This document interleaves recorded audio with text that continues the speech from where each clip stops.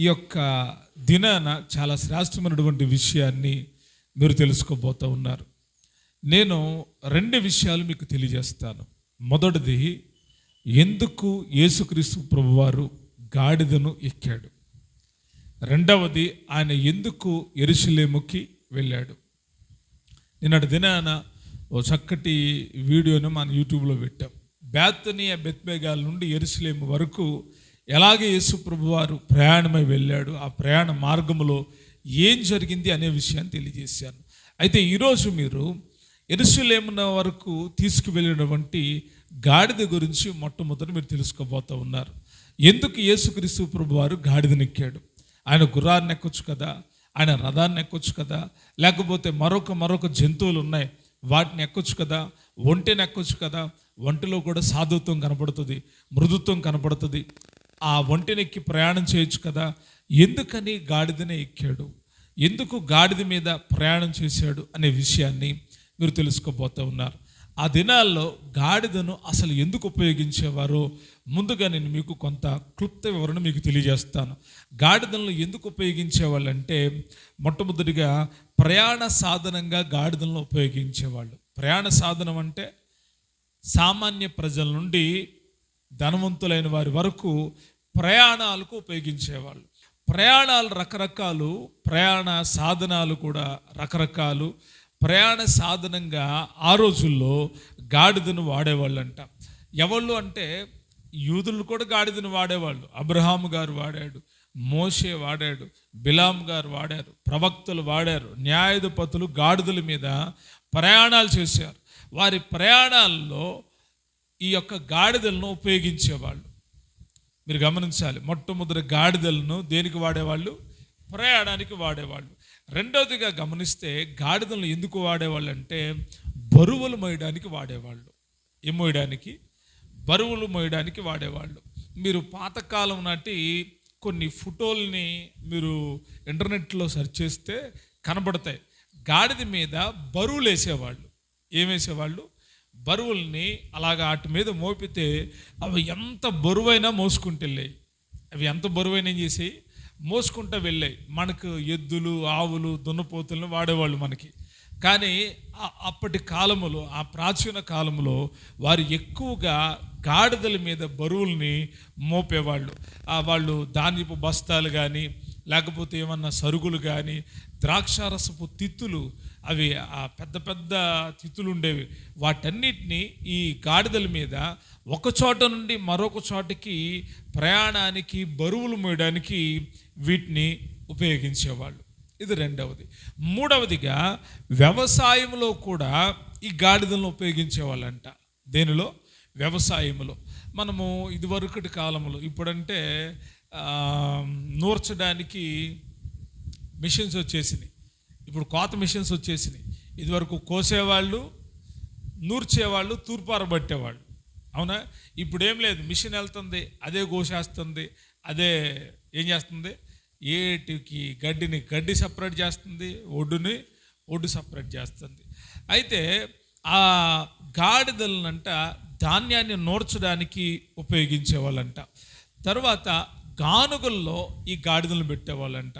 గానుగలు అంటే ఎలాగుండేవి అంటే, ఇప్పుడు ద్రాక్షారసం తీయాలన్నా, నూనె తీయాలన్నా అవి గానుగులు ఉండేవి. ఆ గానుగుల్ని ఒక పెద్ద, ఇప్పుడు రోలు మనం ఇలా రుబ్బుతాం కదా, దానికంటే గానుగులు పెద్దవి. వాటికి ఈ గాడిదలు గడితే అలా చుట్టూతో తిరుగుతూ ఉంటాయంట. అవి తిరుగుతూ ఉంటే ఆ రోట్లో, ఆ గానుగులో అవి నల్లగొట్టబడి నూనెగా వస్తూ ఉంటాయి. కాబట్టి ఈ గాడిదలని నూనె గానుగులకి, ధాన్యాన్ని నూర్చడానికి వాడుకునేవాళ్ళు. నాలుగవదిగా ఈ గాడిదలు బైబిల్ ప్రకారం సంపదకు చిహ్నంగా, గుర్తుగా ఉన్నాయి. దేనికి గుర్తు? సంపదకి. ఏంటంటే గాడిదలను కూడా సంపదగా గుర్తించేవాళ్ళంటే చాలా విలువైన సంపదగా గుర్తించేవాళ్ళు. ఏబు గారి గురించి వాక్యంలో రాయబడి ఉంది. ఏబు గారి కంట 500 గాడిదలు ఉన్నాయంట. ఎన్ని గాడిదలు ఉన్నాయి? ఒంటెలు ఉన్నాయి, గాడిదలు కూడా ఉన్నాయి. ఒక్కొక్క ప్రాంతంలో ఒక్కొక్క రకమైనటువంటి సంపద ఏంటి అంటే ఈ జంతువులు.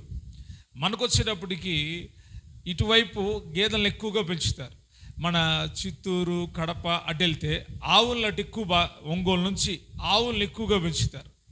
తెలుసా మీకు ఈ సంగతి? అన్ని చోట్ల ఒకే జంతువుల్ని పెంచరు, ఒక్కొక్క చోట ఒక్కొక్క జంతువుల్ని పెంచుతూ ఉంటారు. కోళ్ళను పెంచుతూ ఉంటారు, రకరకాలైన జంతువుల్ని పెంచుతూ ఉంటారు. ఎందుకంటే అదొక సంపద. ఐదవది చాలా ప్రాముఖ్యమైనది. ఈ యొక్క గాడిదలనంట బలి పశువుగా ఉపయోగించకూడదు. దేనిగా ఉపయోగించకూడదు? బలి పశువుగా ఉపయోగించకూడదు. ఎందుకండి గాడిదల్ని ఉపయోగించకూడదంటే, ధర్మశాస్త్ర ప్రకారం గాడిదలు అపవిత్రమైనవి. దైవ గ్రంథంలో మీరు చదివితే లేవీకాండంలో, తర్వాత చదువుకోండి, లేవీకాండం తర్వాత నిర్గమాకాండం, ద్వితీయోపదేశ కాండాల్లో ఉంటుంది. పవిత్రమైన జంతువులు ఉన్నాయి, పవిత్రమైన పక్షులు ఉన్నాయి, వాటినే మనం తినాలి, మిగతా వాటిని తినకూడదు. గాడిద అపవిత్రమైన జంతువు. ఎందుకు ఇది అపవిత్రమైన జంతువు అంటే, ఒకటిది నెమరు వేయదు. ఏం చేయదు? నెమరు వేయదు. రెండవది దాని గిట్టలు, చీలికలు ఉండవు. ఈ రెండింటి మూలంగా అది అపవిత్రమైంది. కాబట్టి ధర్మశాస్త్ర ప్రకారం ఇది అపవిత్రమైన జంతువు. కానీ యేసుక్రీస్తు ప్రభువారు కూర్చునడం మూలాన అది విమోచన జంతువుగా మార్చబడింది.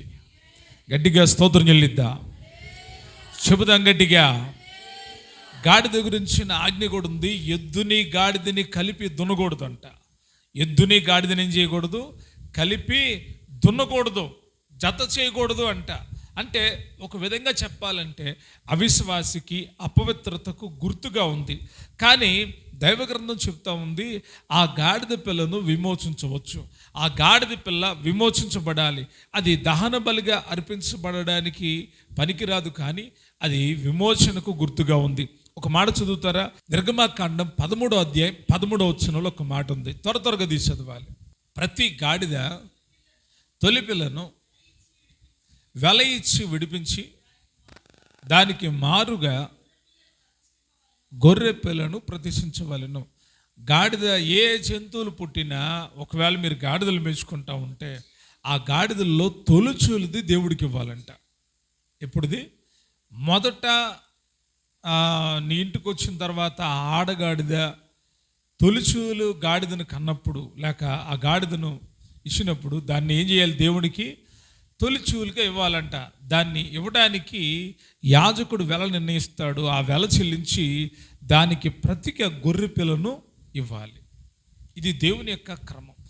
అయితే అద్భుతమైన విషయం ఏంటంటే, జకర్యా గ్రంథం 9వ అధ్యాయం 9వ వచనంలో అద్భుతమైనటువంటి ప్రవచనం ఉంది. ఒకసారి చదువుతారా?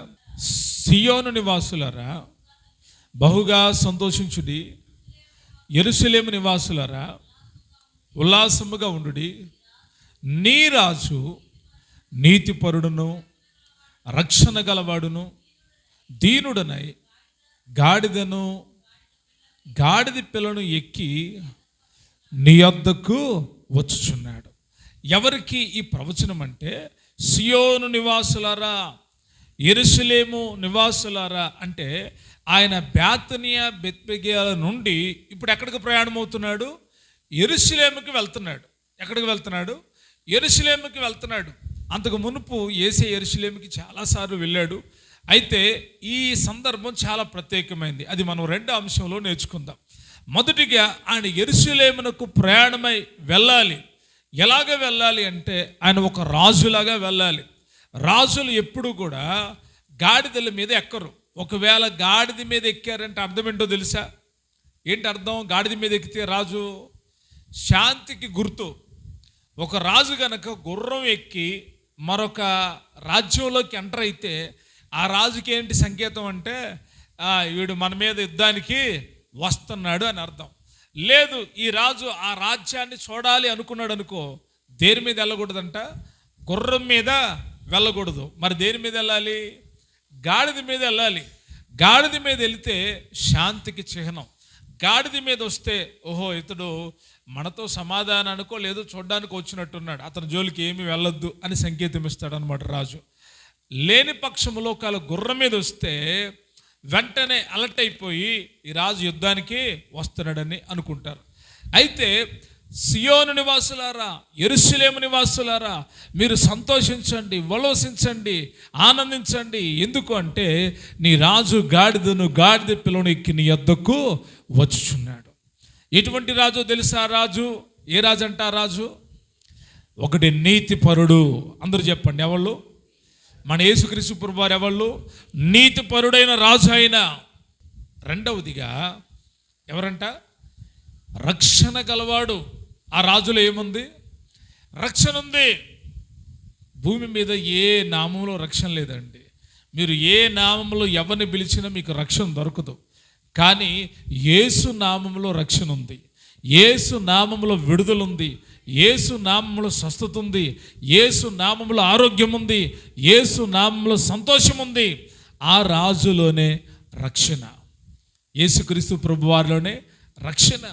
మూడవదిగా నీ రాజు దీనుడై నీ దగ్గరకు వస్తున్నాడు. ఎలాగొస్తున్నాడు? రాజు దీనుడై రావడం అంటే ఏంటో తెలుసా? కరుణించడానికే, ప్రేమించడానికే, తగ్గించుకొని వస్తున్నాడని అర్థం. దీనుడై రావటం, కోపంతో రాట్లా, ఆవేశంతో రాట్లా, యుద్ధానికి రాట్లా, పోట్లాడడానికి రాట్లా, చూడడానికి రాట్లా. మీకు రక్షణ ఇవ్వడానికి, మీలో నీతిని కలిగించడానికి ఆయన ఎలాగొస్తున్నాడో తెలుసా? దీనుడై. ఎలాగా? దీనుడై, సహించడానికి, తన్ను తాను తగ్గించుకొని, అప్పగించుకోవడానికి, తన్ను తాను ఎంతగానో తగ్గించుకొని నీ దగ్గరకు, నా దగ్గరకు, మన దగ్గరకు యేసుక్రీస్తు ప్రభువారు వచ్చాడు. గట్టిగా రెండు చేతులు ఎత్తి సోదరుని చెప్పండి. ఆయనంట తన్ను తాను రిక్తునిగా చేసుకున్నాడంట. యేసుక్రీస్తు ప్రభువారు ఎలా చేసుకున్నాడు? తన్ను తాను, అన్నీ ఉన్నాయి ఆయనకి లేనిది ఏదీ లేదు, అన్నీ ఉన్నాయి. సమస్తమును విడిచిపెట్టి, ఆయన సమృద్ధిని విడిచిపెట్టి, శ్రేష్టమైన స్థలాన్ని విడిచిపెట్టి, పరిచారకులున్న స్థలాన్ని విడిచిపెట్టి, మహిమ కలిగిన స్థలాన్ని విడిచిపెట్టి ఈ భూమి మీదకు ఎందుకు ఆయన వచ్చాడో తెలుసా? మన కొరకే. ఎలాగొచ్చాడో తెలుసా? ఆయన దీనుడై వచ్చాడు. స్తోత్రం చెల్లిద్దాం గట్టిగా.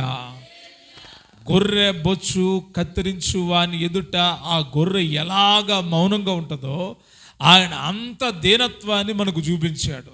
యేసయ్య దీనత్వం గురించి మనం ధ్యానిస్తే మన జీవితంలో అటువంటి దీనత్వం మనం కలిగి ఉన్నామో లేదో మనకు అర్థమవుతుంది. ఆయన ఎంత దీనుడంటే ఆయన దీనత్వాన్ని వర్ణించలేం.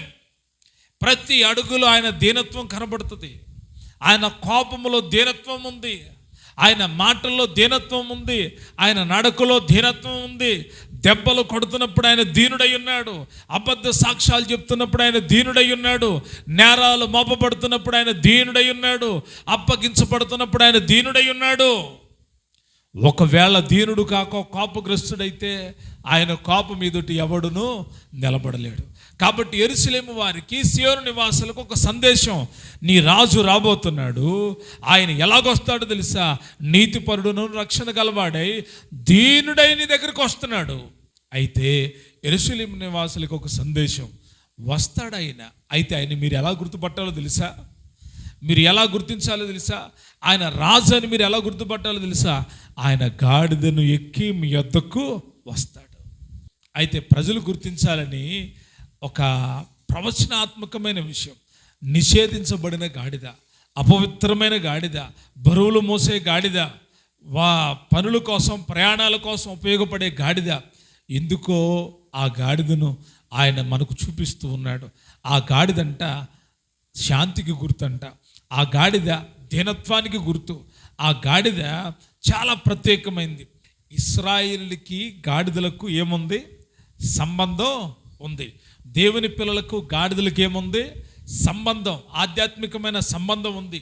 అయితే యేసుక్రీస్తు ప్రభువారిని మోసిన గాడిదలో ఉన్న కొన్ని ప్రత్యేకతలు మీకు చెప్తాను. యేసుక్రీస్తు ప్రభువారు గాడిద మీద వెళ్ళాలి, అది ప్రవచనం, అది ప్రజలు గుర్తించాలి. ఆయన వెళ్ళడానికి ముందు శిష్యులకు చెప్పాడు: నేను యెరూషలేముకి వెళ్ళాలి, కాబట్టి మీరు ఎదుటనున్న గ్రామానికి వెళ్ళండి. అక్కడ కట్టబడి ఉన్న ఒక గాడిద ఉంటుంది. కట్టబడి ఉన్న గాడిద అంటే ఈ మాట ఎందుకు చెప్పిస్తున్నానంటే వాక్యంలో రాయబడి ఉంది, మీకు కూడా తెలియాలి. అంటే గాడిదే కదా అని సింపుల్గా తీసుకోమాకండి. కానీ ఆ గాడిదను ఎంచుకోబడిన విధానం, ఆ గాడిదను ఎంపిక చేయబడిన విధానం, ఆ గాడిదను ఎన్నుకోబడిన విధానం చాలా జాగ్రత్తగా మనం గమనించాలి.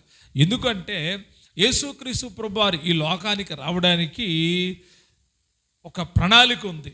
ఆ ప్రణాళికలో ఎవరున్నారు? ఆ ప్రణాళికలు ఎవరున్నారు? మరియమ్మ ఉంది. ఎవరున్నారు? మరియమ్మ ఉంది. ఉందా? మీకు అర్థమవుతుందా? మరియమ్మ గారు ఉంది. ఇంకెవరు లేరా పరిశుద్ధులు? ఆ యూదా మత జనాంగంలో ఇంకెవరు పరిశుద్ధులు లేరా? నీతి గల్లా వాళ్ళు లేరా అంటే ఉన్నారు. మరి ఆ ఎదురున్న గ్రామంలో గాడిదలు ఏమి లేవా? ఆ ఇంట్లోనే ఉందా గాడిద అంటే కాదు, ఇంకా గాడిదలు ఉన్నాయి, ఇంకా గాడిదలు ఉన్నాయి. కానీ దేవునికి కావాల్సింది ఒక గాడిద. స్తోత్రం చేద్దాం గట్టిగా. ఆయన కనుగొనాలి. ఆయనకి తెలుసు ఆ గాడిద ఎక్కడుందో. తండ్రి యేసయ్యకి చెప్పాడు. యేసయ్య ఇప్పుడు ఆ గాడిద కొరకు వీళ్ళు పంపిస్తున్నాడు. వాళ్ళకి చెప్పాడు, అబ్బాయి మీరు వెళ్ళండి, అక్కడ మీకు బజార్లో చాలా గాడిదలు కనపడతాయి, ఆ గాడిదలు మీరు తీసుకురామాకండి, మీరు వెళ్ళండి. ఆ ఎదురున్న గ్రామంలో ఒక అతను భుజం మీద కొండ పెట్టుకుని నీళ్ళు తీసుకొని వెళ్తూ ఉంటాడు. అతన్ని మీరు ఏం చేయండి, వెంబడించి వెళ్ళండి. అతనింటి దగ్గర ఏముంటుంది? కట్టబడి ఉన్న గాడిద ఉంటుంది. ఏ గాడిద ఉంటుంది? దీని గురించి దైవజనులు చాలా రకరకాలైన ప్రసంగాలు చేస్తారు. అయితే మీకు నేను కూడా చాలాసార్లు చెప్పాను, చాలా అనుభవాలు చెప్పాను. ఈరోజు పరిశుద్ధాత్ముడు ఒక క్రొత్త అనుభవాన్ని మనకు తెలియజేస్తున్నాడు. స్తోత్రం చేద్దాం గట్టిగా. కట్టబడడం అంటే పాపంలో, బురదలో, రొచ్చులో ఉంది, పాపంలో ఉన్నట్టు అని చెప్పారు. నేను కూడా చెప్పాను. అయితే ఈరోజు గుర్తుపెట్టుకోండి, ఈరోజు ఒక అద్భుతమైన విషయాన్ని మీరు తెలుసుకుపోతున్నారు. కట్టబడింది అంటే అర్థం ఏంటో తెలుసా? యజమానుని యొక్క చెప్పు చేతల్లో ఉంది. పశువులు తెలిసినవే, మనతో ఉండేవే, మనం రోజు వాటికి ఆహారం వేస్తున్నాం. కానీ పశువుల క్రమం ఏంటంటే వాటికి ఏం చేయాలి? కట్టాలి. ఏం చేయాలి? వాటిని కట్టేయాలి. కట్టేయకపోతే అవి క్రమంగా ఉండవు. కట్టేయకపోతే ఎలాగుండవు? క్రమంగా ఉండవు. పెంపుడు కుక్కలు ఉంటాయి, ఊరి కుక్కలు ఉంటాయి. పెంపుడు కుక్కలకి ఏం చేస్తారు? చేయనేసి ఏం చేస్తారు? కట్టేస్తారు. ఊరి కుక్కలు కట్టేస్తారా? కట్టారా? ఏం చేస్తాయి? ఇష్టానుసారంగా తిరిగేస్తాయి. ఏం చేస్తాయి అంటే కట్టడం వెనక మాల అర్థం ఉందా లేదా చెప్పండి. ఉందా? ఇప్పుడు యేసు ప్రభువు వారికి కావాల్సింది ఏంటో తెలుసా? అటు ఇటు తిరిగే గాడిద కాదు, ఎడుపడితో వెళ్ళిపోయే గాడిద కాదు, ఇష్టానుసారంగా తిరిగే గాడిద కాదు, ఎక్కడ పడితే అక్కడ ఆగిపోయే గాడిద కాదు, ఎక్కడ పడితే అక్కడ మేసే గాడిద కాదు, ఎవరికి పడితే అలమ్మడి పడిపోయే గాడిద కాదు. ఆయనకు కావలసిన గాడిద ఏంటో తెలుసా? కట్టబడి ఉన్న గాడిద. కట్టబడింది అంటే అర్థం ఏంటో తెలుసా? అది ఒకరి యజమానుడి చేతిలో పెరుగుతుంది. ఏమవుతుంది? ఒక యజమానుడి చేతిలో పెరుగుతుంది. యజమానుడి చేతుల్లో పెంచబడే ఏ జంతువైనా మంచిగా ఉంటుందా, చెడ్డగా ఉంటుందా? శుభ్రతగా ఉంటుందా, ఉండదా? నీట్గా ఉంటుందా, ఉండదా? మంచి ఆహారం పెడతారా, పెట్టరా? పెడతారు. ఒకవేళ ఆవుల మీద మీకు ప్రేమ ఉంటే ఏదో కొంచెం గడ్డి తీసుకెళ్ళి వేస్తారేమో, బయట ఆవుల మీద ప్రేమ ఏమన్నా ఉంటే.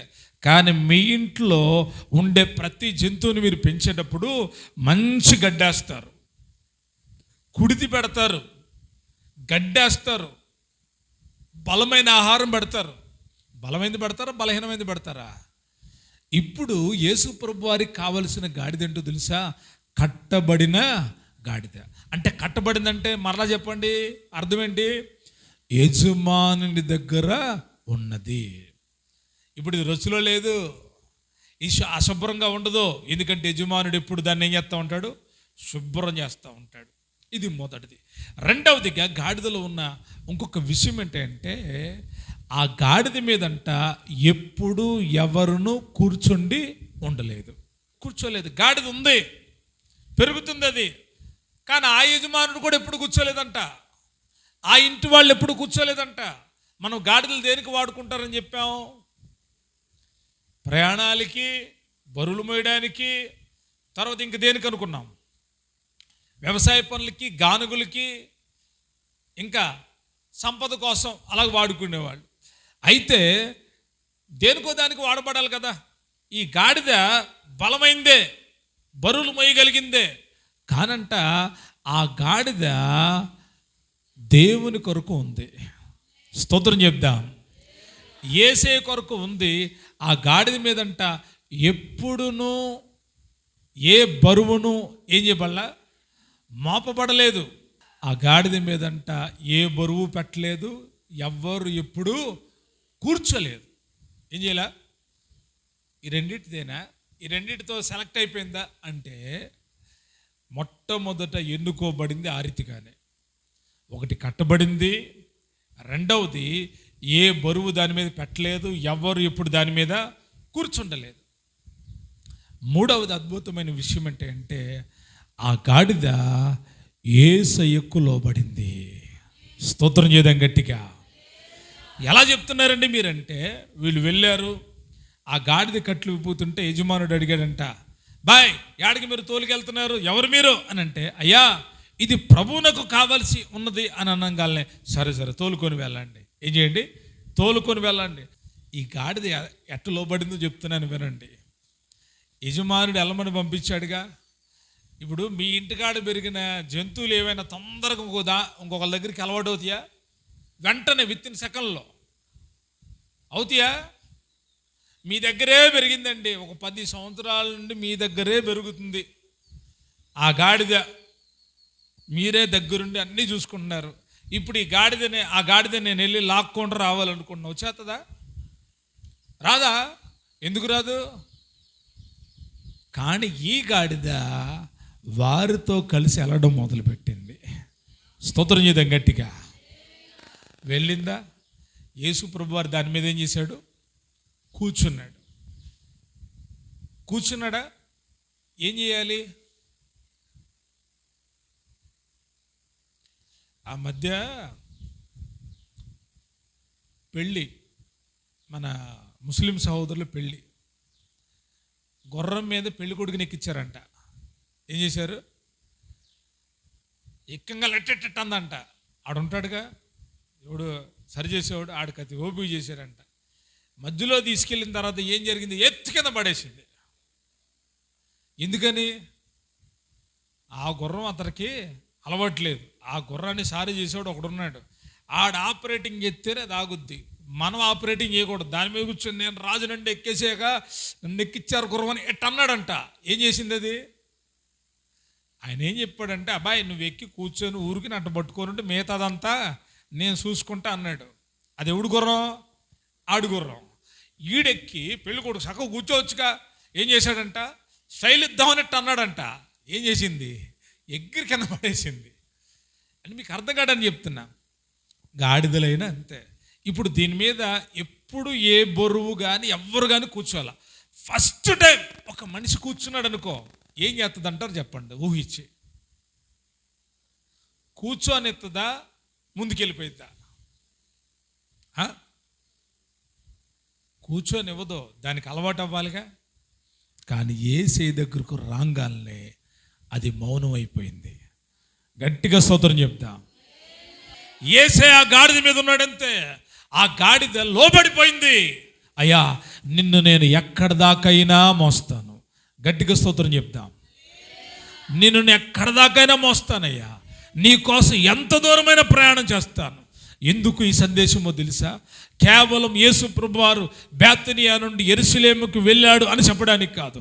క్రీస్తుతో మన ప్రయాణం పరలోకం వరకు, మనం నిత్యరాజ్యము చేరే వరకు మన ప్రయాణంలో యేసుక్రీస్తును మోస్తూనే మనం కొనసాగాలి. గట్టిగా దేవునికి స్తోత్రం చెప్దాం. మన ప్రయాణం ఎక్కడ దాకా? పరమ యెరూషలేము దాకా. మనం ఎవరిని మొయ్యాలి?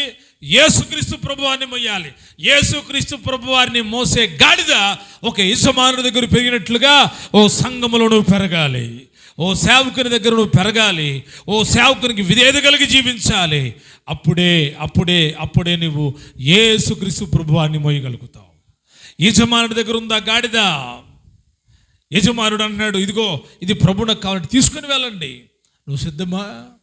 నువ్వు రెడీగా ఉన్నావు? ప్రభు రాబోతున్నాడు. ప్రభు యొక్క రాజ్య ప్రయాణంలో నువ్వు ఎలాగున్నావు? నీ పరిస్థితి ఎలాగుంది? ఏదో గాడిద అని సరదాగా మాట్లాడుకోకండి, అది చిన్న విషయం కాదు. దీనిలో మన యొక్క ఈ లోక జీవితం నుండి పరలోక జీవితం వరకున్న మార్గం కనబడుతుంది. నమ్మితే గట్టిగా స్తోత్రం చెప్పండి. ఆ గాడిదే వెళ్తూ ఉంటే అన్ని దారమ్మడి ఏం చేశారంట, ప్రజలు వస్త్రాలు పరిచి మట్టలు పట్టుకొని హోసన్న జయము జయము అని వెళ్తున్నారంట. మనం ప్రార్థన కొత్తంటే మన పక్కంటోళ్ళు ఏమన్నారు తెలుసా? వెళ్తున్నారా పెద్ద భక్తి పరులు, క్రైస్తవులు అంట, యేసు ప్రభువుని నమ్ముకున్నారంట, నేలం చేస్తున్నారు. మనం గాడిదలం కాదు కాబట్టి, మనుషులం కాబట్టి రియాక్ట్ అవుతూ ఉంటాం. గాడిద ఏమవట్లా, దానికి తెలుసా? చెప్పండి. అటువంటి జీవితాన్ని మనం కలిగి వెళ్ళాలి. స్తోత్రం చెల్లిద్దాం. ప్రభు నమ్ముకున్నందుకు దూషిస్తున్నారా, ద్వేషిస్తున్నారా?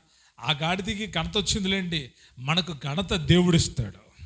మనలో యేసు ప్రభు వారు ఉంటే, మనలో పరిశుద్ధాత్ముడు ఉంటే, మనం ఎప్పుడు ప్రభు దృష్టిలో కనులమే. స్తోత్రం చెల్లిద్దాం. కనుక ఈ సందర్భంలో మీరు తెలుసుకోవాల్సింది, మన ప్రయాణం గురించే ఈ సందేశం. మన ప్రయాణం ఎలాగుంది? లోబడుతున్నామా? కట్టబడి ఉన్నామా? మనం యజమానుడి దగ్గర పెరుగుతున్నామా? యజమానుడి యొక్క ఆధీనంలో ఉన్నామా? యజమానుడి దగ్గర పెరిగే గాడిద క్రమంగా పెరుగుతుంది. యజమానుడి దగ్గర పెరిగే గాడిద విధేయతగా ఉంటుంది. యజమానుడి యొక్క చెప్పు చేతల్లో ఉంటుంది. ఈరోజు సంఘానికి వస్తూ ఉన్నావు, సంఘ క్రమంలో సక్రమంగా ఉంటున్నావా? సంఘ నాయకుడికి లోబడుతున్నావా? సంఘ కాపరి మాట వింటున్నావా? సంఘ నాయకుడు చెప్తున్న విషయాలు తెలుసుకుంటున్నావా? సంఘ నాయకుడికి శ్రేష్టమైన ఆహారాన్ని ఇస్తున్నప్పుడు స్వీకరిస్తున్నావా? దాన్ని అరాయించుకోగలుగుతున్నావా? బలం పొందుకోగలుగుతున్నావా? అయితే నువ్వు అలా నడుచుకుంటే నీ కొరకు పరిశుద్ధాత్ముడు ఉన్నాడు. ఆ పరిశుద్ధాత్ముడు నీలోకి వచ్చి నిన్ను పరమ యెరూషలేముకు నడిపిస్తాడు. నమ్మిన వాళ్ళు గట్టిగా స్తోత్రం చెప్పండి. ఇది మొదటి భాగం.